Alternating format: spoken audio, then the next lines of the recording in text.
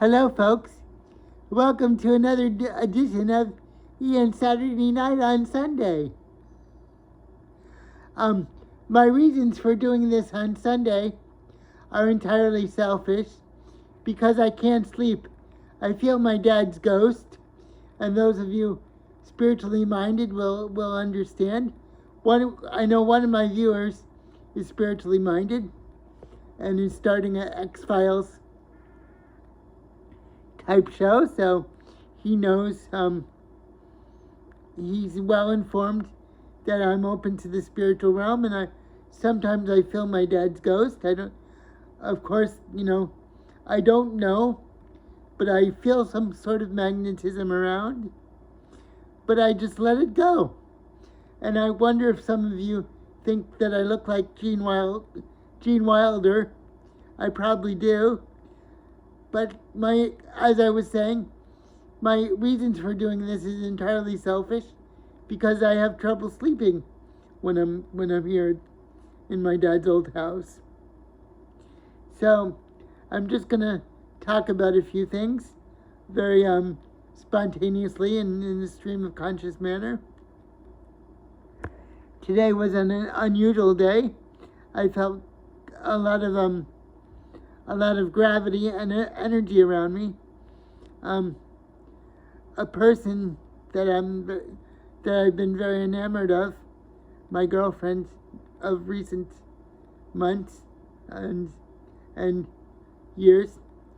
Finally, she moved to New Orleans for a course of study, and I'm very happy for her.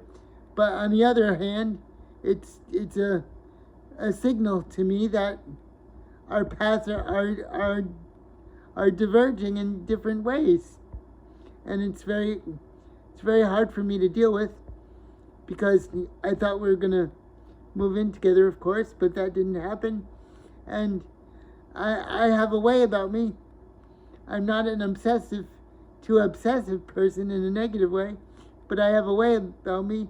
I tend to put people that I know in my stories, and my artwork, and I'm very codependent in a sense, and I tend to latch on emotionally and put them in my stories, and because they give color to my life, and it's very hard for me to deal with because I put all my eggs in one basket thinking we're going to move, and we never moved, and it's just very hard for me to deal with in many ways. And my heart's been heavy.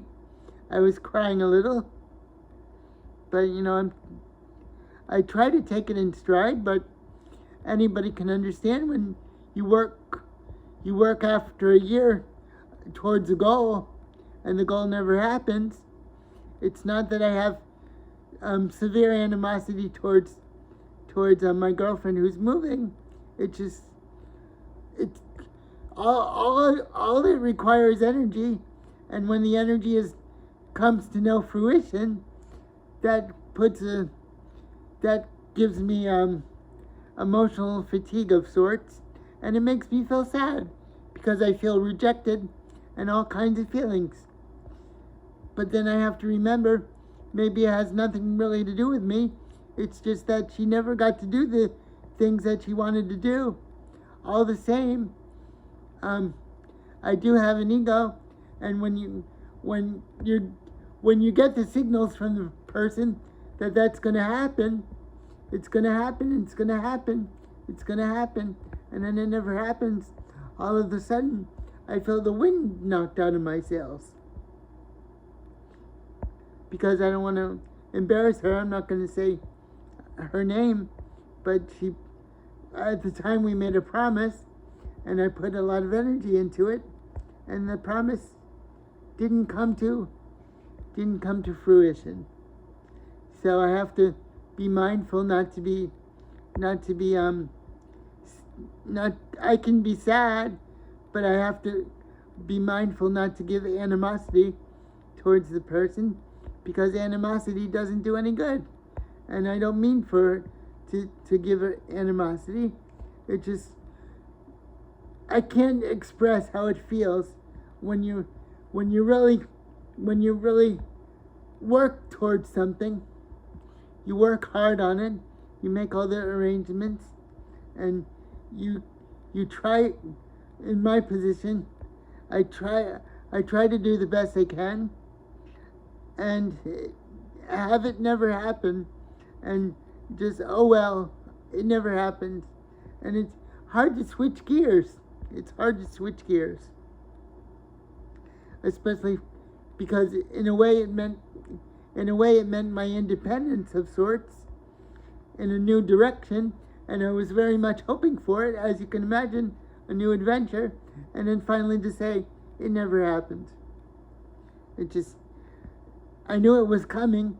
It's been over several months, but still it takes the wind out of my sails, and it just feels like so many of my energy eggs were put in that basket, and then not to have it happen.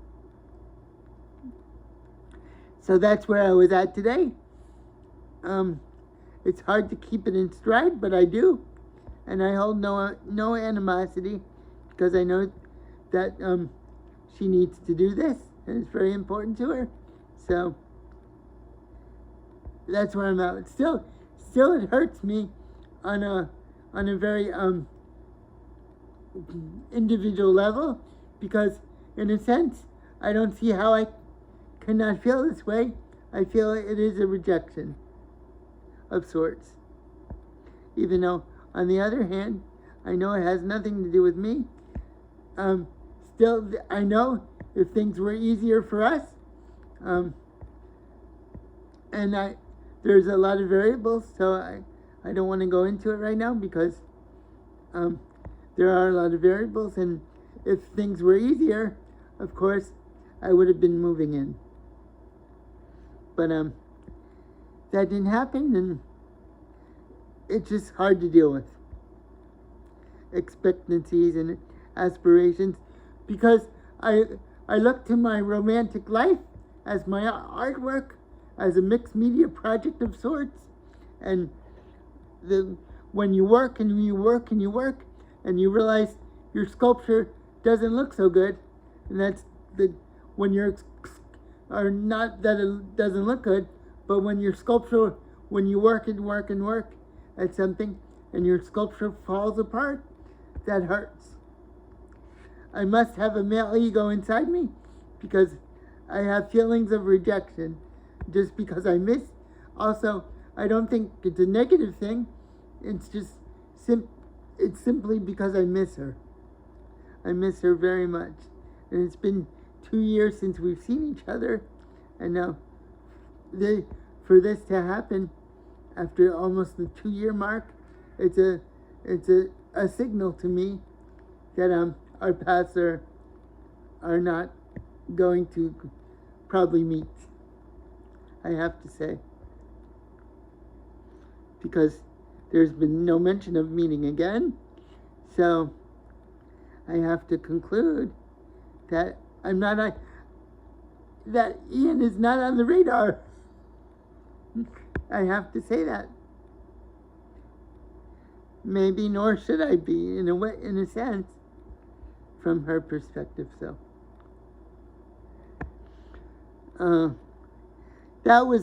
that's the biggest whammy I had.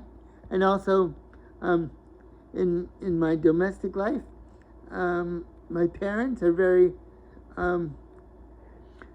they're very anxious about the state of the world, and they're not very positive, but I'm hopeful that things will turn around, because I tend to like to have a buoyancy of opinion, and I get a lot of criticism for that, because people think I'm like Pinocchio. People think that I'm like Pinocchio, and I'm naive and happy-go-lucky, and I understand, but what people don't understand is I get depressed like any other person who's able-bodied. I feel that some able-bodied, I don't mean to put my listeners in, most of my listeners in a box, but I feel a lot of mobile people, they see somebody in a wheelchair, such as myself, and they say, "Oh, you must be always you're." I know somebody actually said this to me. He said, "I know people like you, and it's wonderful because you're always happy." And nothing could be farther from the truth. I'm not always happy at all. In fact, I have my ups and downs like everybody else. So that's important to realize, is that even though we have a different reality, we go by wheels, we're subject to the same emotions as any other person, able-bodied or otherwise. I feel that people think that I'm a leprechaun of sorts. I'm some sort of magical being, but I'm not magical at all. I'm mortal, I cry, and I bleed. I don't mean to be dramatic, but I feel people, certainly in the media, people put wheelchair users on a pedestal like we're some kind of otherworldly magical being, and we're not magical at all. We have mortal desires, mortal feelings, just like everybody else. And that's important to realize. We don't have any special powers, or I don't mean to be silly about it, but people single me out. I know this happens to other people that I know in wheelchairs, and people definitely single me out like I'm different somehow, like I exist on a different plane, and I certainly don't mean to carry myself that way. I know that I've read a lot. I'm book smart. I'm not exactly street smart, but I'm book smart, and I certainly wasn't. People give me less. I think people give me less credit.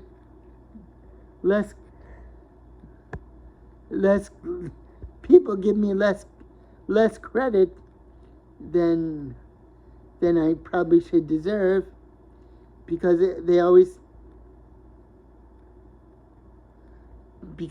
think that I'm so naive, or like other people might say I'm a cartoon character, and I understand that my hair is crazy.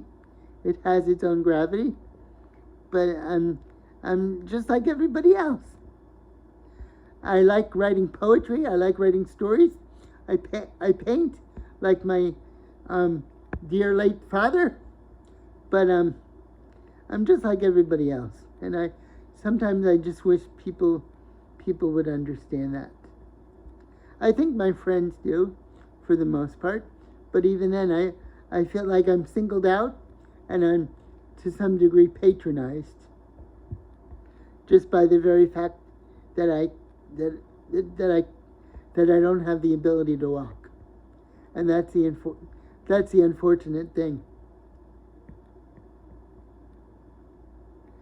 You know, I feel like people put me on a pedestal, like I'm on some kind of magical plane. But I'm just like everybody else. I'm egocentric. I might even be narcissistic, but I don't think I'm narcissistic. But I think I like to talk about my experiences. Maybe I have a little narcissism that way, but I enjoy hearing other people's points of view, and I don't think narcissists necessarily enjoy hearing other people's points of view. So in that sense, I'm not a narcissist. I'm truly interested in other people. Let me see what else. My negative traits. I like attention. Maybe that's true. I like attention. I tend to take things personally, but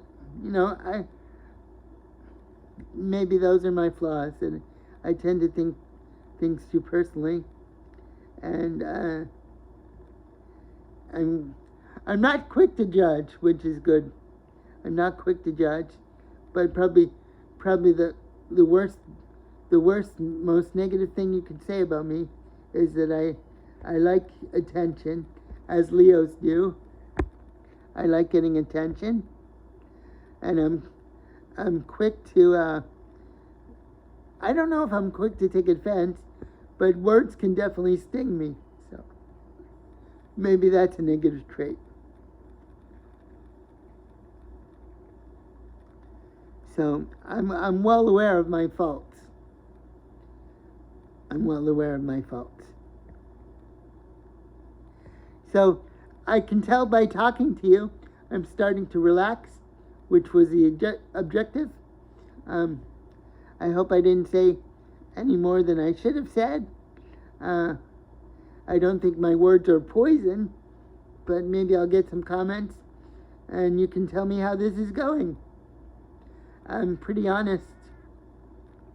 I can say that. I don't mind saying when my heart is hurting, as it has been hurting, but that's a process and I have no control. I don't think I have control of that. I think God in the universe, if you want to see it that way, God in the universe is in control of how I'm feeling and how I'm going to process information. So I'll have to deal with my girlfriend who I'm used to being in touch with, not being in touch with me so much. So that's hard. And that's what my gut is telling me, so it must be right. Because I've had some psychic experiences, and I do think that I have psychic ability. I haven't told my mom that, and she might think I'm a little cuckoo, but I do think I have some psychic ability. I have an art teacher, Roberta, who tells me that I'm empathic, so in that sense, my psychic ability is real. I tend to take on people's emotions. I like to be around positive people. I don't like to be around frivolous people so much, but I like positive people, and I like buoyancy. And I will tell you a little shaded information about me that I like. I'm usually attracted to in my romantic relationships. I like women who kind of take the bull by the horns, that take control in a sense, or make the first move. I don't know why this happened or why that's the case, but that is true about me. Maybe I feel shy at first, and so therefore I like that. I don't think I'm a passive person. I just think that I like women who make the first move and take charge of things in that sense. I don't think that doesn't make me a bad person or a weird person. It's just the way it is. And I'm sure there's a lot of people that are a little on the submissive side. Not that that even describes me, because I've been in situations in my life where I've been very out front. Especially the last year has taught me that I've been very out front and passionate in my relationship and trying to get to St. Augustine. Very, very strong and out front, as my parents would tell you.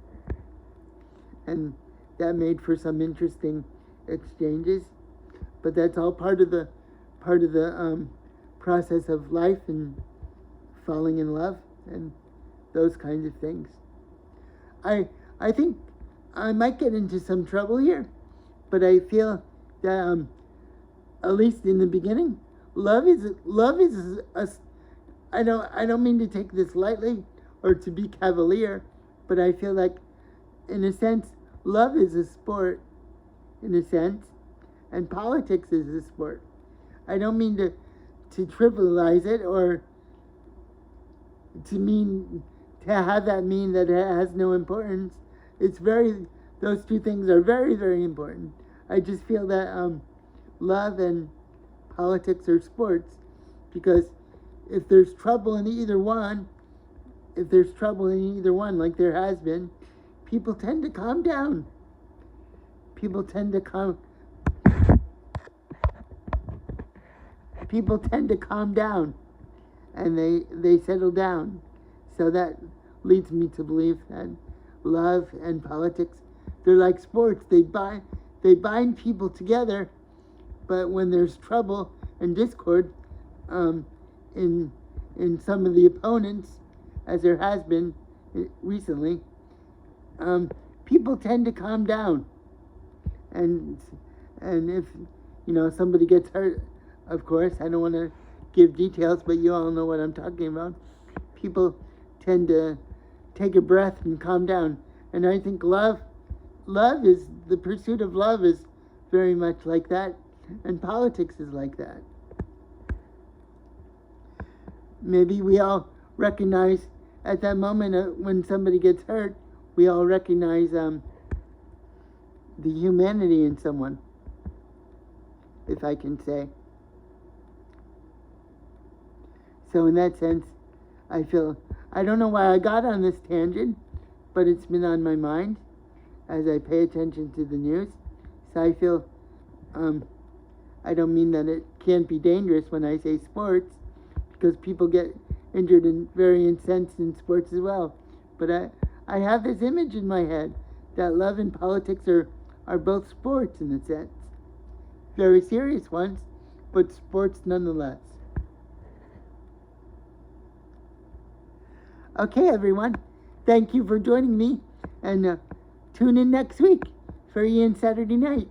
I wish you all a pleasant Monday and a good week. Bye, everybody.